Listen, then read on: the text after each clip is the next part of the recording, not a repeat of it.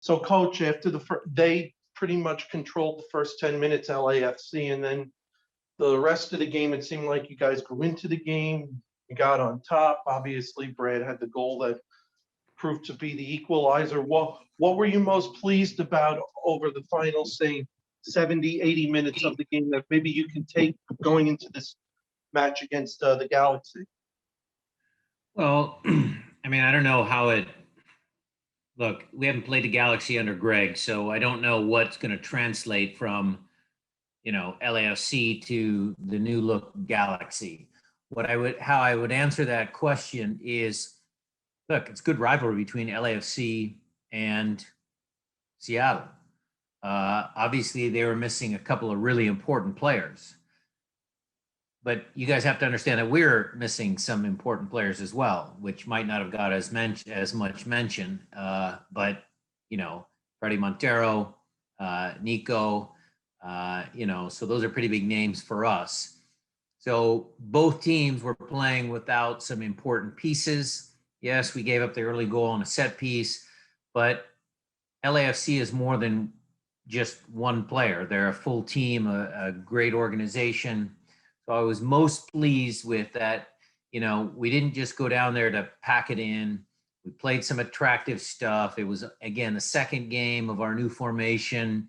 I thought the last 10 minutes, both teams were going for the win. We weren't just sitting back for the tie, and again, I mean, under their pressure, I felt we did a good job of, playing direct to Will when he was on the field and when it was needed, and then trying to play out of the back from the pressure.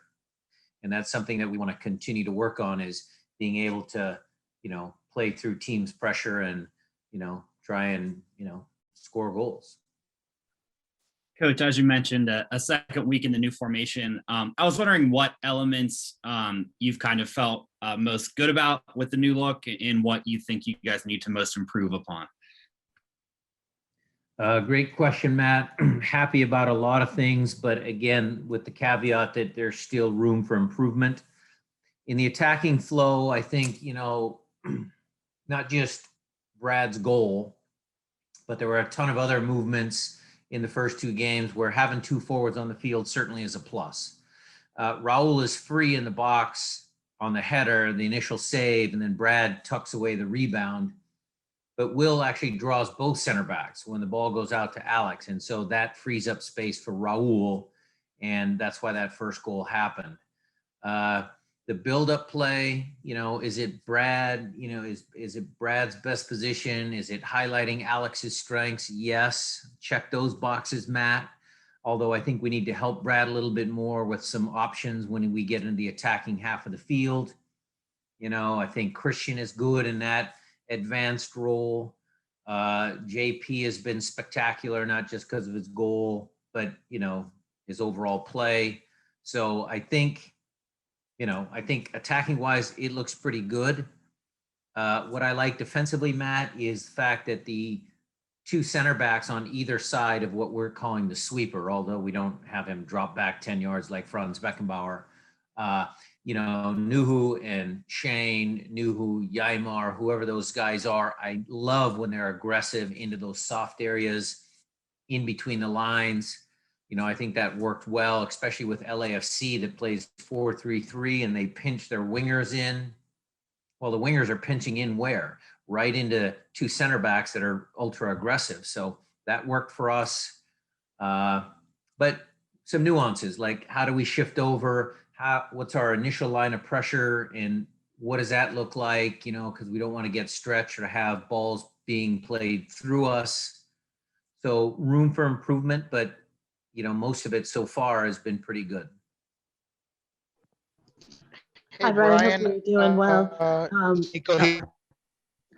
Nico, guys, sorry. I'll call on someone there. Jada, I think you were asking first, and then you can go. Thanks. Hey, Brian. Wanted to get an update about Nico and if he would be able to join, be available for selection this weekend, and if so, or when he is, what do you do with Josh Atencio? Jada, I am very pleased, a big smile on my face. Pleased to announce that Nico is available for selection and will participate in the game. Same with Jimmy Madranda. Freddie Montero is very, very close. He trained in full today. So we should be at a full complement, hopefully by, just final testing for all of those players. And I believe the second part of your question is about Josh. I mean, Josh has earned another start. The kids played well. So, happy for him. Hey, Brian, I just wanted to ask, talking about things that perhaps you learned out of the LAFC game, there was a lot of confusion on the set piece and, maybe Fry waving Nuhu off from being on the ground on that play.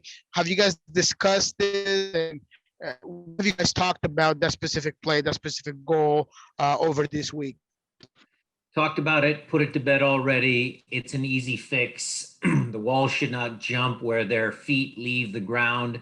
They're supposed to get up on their tippy toes and obviously become bigger. But, we never practice having a guy lay on the floor behind the wall. And, we're not going to do that. We're just going to make ourselves big and be brave in the wall. You see, all over the world, there's a Champions League game the other day where one guy in the wall kind of turned his back. Those are some of the things that we're messaging Nico, but we've already put that to bed. Coach Jason at SBI, you talked about getting Brad some help going forward. Does that happen naturally when Ladero returns and starts drifting into those pockets out left? Yeah, maybe, or just re-emphasizing that we have two forwards and, one of them can drop in the pocket, the other one stay high. That's been kind of the way we've been messaging it. Again, Jason, it comes down to, that was our second game, different opponent, away from home. I mean, lots of other variables individually. Look, Brad, you guys have seen Brad play. I mean, he's super fast. I mean, I got to just instill confidence in him that he can actually kind of turn the corner on some of those plays. Like, he doesn't have to cross the ball early, or if he gets stuck, look, he can just push the ball down the field and out sprint everybody to that ball. So he's not really a winger or a dribbler, but there's no reason why he cannot, in certain situations, get past his defender just through his sheer athleticism. So it's a combination of all those things. Yes, Nico will help. Having plenty of help from Joe Paulo or Josh in that area of the field.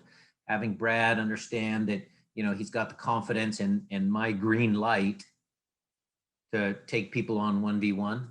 All of those things will help.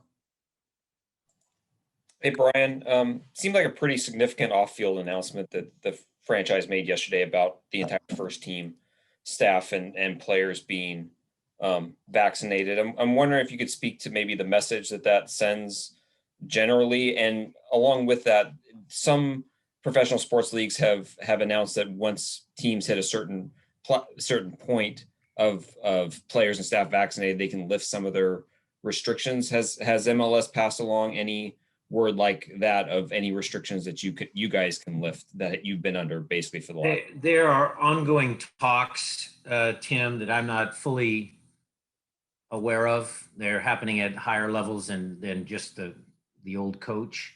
But I know that I'm very proud of the fact that our organization did a great job of getting everybody vaccinated. I'm glad that everybody participated. Look, I read the news. I've heard the struggles that, Mariners or NFL teams, that some guys don't want to get the vaccine and all that. I mean, look, it's a free country, but, for me personally, I said it on a call a while back. It would be my preference that everybody gets a vaccination. We can go back to normal a little bit faster, a little bit safer. I mean, I think that message is being sent loud and clear by the fact that we're actually giving our fans a chance to get vaccinated when they come watch a soccer game. I mean, what a great idea. So very proud of our medical staff, our organization being forward thinkers and, trying to get people back in the stand safely. I love it all. Hey, Coach, what's your take on Chicharito so far? He had kind of a tough year last year, but he's been lighting it up so far. 5 goals in 2 games. What have you seen from him on film, and what are the keys to stopping an informed striker like this? Ari, a little bit of a softball question, but I love that you put it out there because I actually like watching and listening and seeing up close and personal this story. Look, the guy got beat up last year because look, it cost a lot of money to bring him over here. Was it all his fault? Was there some, issues with the entire team? It's not just a one-man game. Uh, he had other issues that he's dealing with. It's a great story for MLS. It's a great story for the Galaxy, but it's even a better story for Chicharito. He is a nice man. I met him a couple of times. He's friends with Gonzo. He's really a really great guy, and I'm very happy for him. I mean, obviously, it makes me nervous a little bit. We got a plan for informed forward, a guy who has scored goals in many different leagues, leading goal scorer for Mexico. So that side of the story might not be the best story for me, but as a soccer fan, I think it's great. I think it just puts pressure on all the other forwards in the league, teams in the league. How do you stop them? I mean, I think it's a great story. Coach, I have a 2-part question. What is your favorite Nuhu story from off the field? And then I was also curious where you've seen him most progress as a player, because it does seem like he's really kind of come into his own and kind of locked down this role. There's a lot of my favorite Nuhu stories. I mean, try having Kim Ki-hee and Nuhu trying to communicate. I mean, there you go. Some of those conversations were hilarious in the locker room. Hey, Nuhu, you understand? Kim Ki, some of that, which leads into, one of my favorite things about Nuhu is that he's actually learned English, still speaks French, knows Spanish now, is, becoming a well-rounded young man. I mean, he was a little shy when he first came over here, and, his whole, story, in and out. We had Joven, we had Nuhu. He's had patience. He's had a chance to develop, but not just develop on the soccer field, Matt, but actually as a human being. He gets along with all of the players. His smile is infectious. I'm with a lot of other Sounder fans out there. I will be jumping for joy when he finally scores that goal, because then the monkey will be off his back and he might not run forward as much. He might do his job. But, he's been great. I think this position is perfectly suited for him. So we're very pleased with his development as a soccer player within our organization and also as a human being.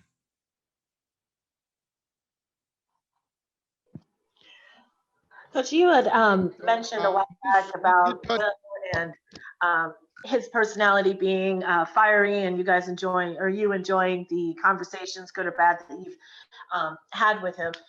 With Jada, with who? Will Bruin. Yeah. And so I wanted to know if any of those, because last season it was, he campaigned a little bit for himself as far as wanting starter minutes. So I was wondering if any of that, if what you were talking about as far as the fiery conversations with him, if that all had dealt with the formation or, getting starter minutes or things like that. No, so far so good, Jada. There's always that chance that players get disgruntled. But right now, Will's very happy. It's 2 forwards. There's more opportunity for playing time. He's done a great job. So, no, we haven't had any tough conversations, but, I do enjoy people who are honest, that, sometimes you wear your emotions on the sleeve, and, that can be not so good in certain instances. But Will has never been disrespectful to any of the coaches or myself. So I don't have an issue if a guy feels passionately about something and he's able to say that, in a respectful fashion. So all good. Coach, you mentioned before about how pleased you were with JP's performance. I alluded to this earlier with him, but it seems like, and he mentioned that it seems like with his skill set, he was thriving in this formation. He led the team in tackles. He was pretty much in the heart of the midfield. He was distributing the ball well. So if you could just touch on his performance individually against LAFC. Yeah, well, I think the new formation has benefits to a lot of guys because, look, adding a third center back allows the midfielders to be a little bit more aggressive because where's the problem? Sometimes when you're playing against clever forwards and you only have 4 at the back, you open yourself up to those soft spots that you're playing in between the lines. But when you have that extra center back, the midfielders then can sniff out opportunities to be a little bit more aggressive because they know they have one extra player behind them to cover in case it doesn't come off. One of João Paulo's biggest strengths is his reading of the game. He can take a look and say, okay, I know what's coming 2 passes ahead of everybody else. And so sometimes he gambles or he puts pressure on, the opponent, and it turns out and it works. The other thing I like with him that he's done defensively, which is a kind of a lost art sometimes, is double teaming. I mean, if you watch him, the ball go out wide and, Nuhu or Brad will slow a guy down or, something, and JP comes from the weak side to double team and, puts pressure on the opponent that way as well. So his knowledge of the game, his instincts, his defending, all great, check those boxes. And then you add to it some of his passing, his forward passing, his line breaking passes. And of course, going back to Minnesota, the Golasso, I mean, he's got that quality in him. Hey, Brian, Nico here. Just wanted to ask you real quick. I know you've talked about rotation and such, but what do you have to see out of Yamer Gomez Andrade to perhaps get some action or start? And how do you ensure, or how do you try to make sure that his confidence is up after being defender of the year last season and being on the bench for the first 2 games of the season? He's been great. He's been great at training. His confidence is fine. He will play a lot of minutes for this club. I am not worried one iota about that. He's a good pro. He understands it. He gets it. He'll get plenty of chances to play.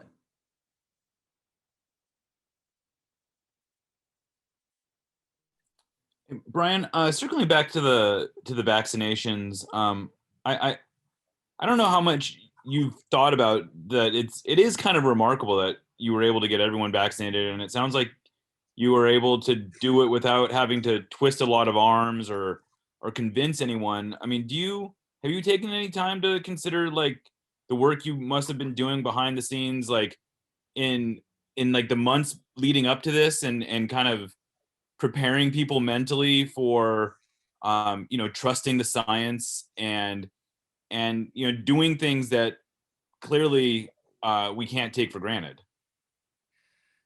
I would again take it back to the medical team, our doctors, our team doctors, not the orthopedics, although they have a hand in it as well, but our internal medicine doctors, Chris Cornish and his staff. Obviously, I give my opinion to the players. Tommy Dutra talks to the goalkeepers on a daily basis, and Steph has a big, say in the group. I think everybody in this organization, top to bottom, just did a great job of believing in the science and, wanting to get back to some semblance of normalcy. And this seems to be a pretty logical way to speed things up. So why wouldn't you do it? I mean, that's the question. Why wouldn't you? And, if any of those questions were posed to any of our doctors, I am unaware of them, Jeremiah. Maybe some guys had some questions and, the doctors answered the questions and the players and staff said, okay, because we're all there 100%. So it's a plus. I guess my question is, do you think that's about a general kind of understanding that you create within in the team that goes beyond like these vaccines? Because like, I mean, I think it's one thing to like, we can take for granted amongst ourselves that it's like, well, of course you're going to get vaccinated, but you look around and, you know, here we are even in King County where they have thousands and thousands of vaccines just sitting on the shelf. Yeah, I don't know if I can extrapolate what we did as an organization into the general public. Yes, we are proud of that fact that we're all vaccinated, Jeremiah, but I don't know how, I guess, you know, I don't know if I can say, you know, what's the lesson there? Can we apply that to other people in this county or state? I don't know. I said it before. I mean, it's a free country, but if you educate people, if you give them good information and, you know, let them make their own decision, that's better. If the people have buy-in, it's even better. You shouldn't have to strong arm people. You know, you shouldn't have to, but, you know, maybe at some point the government has to step in and tell people they need to get it. But for us, it didn't happen like that.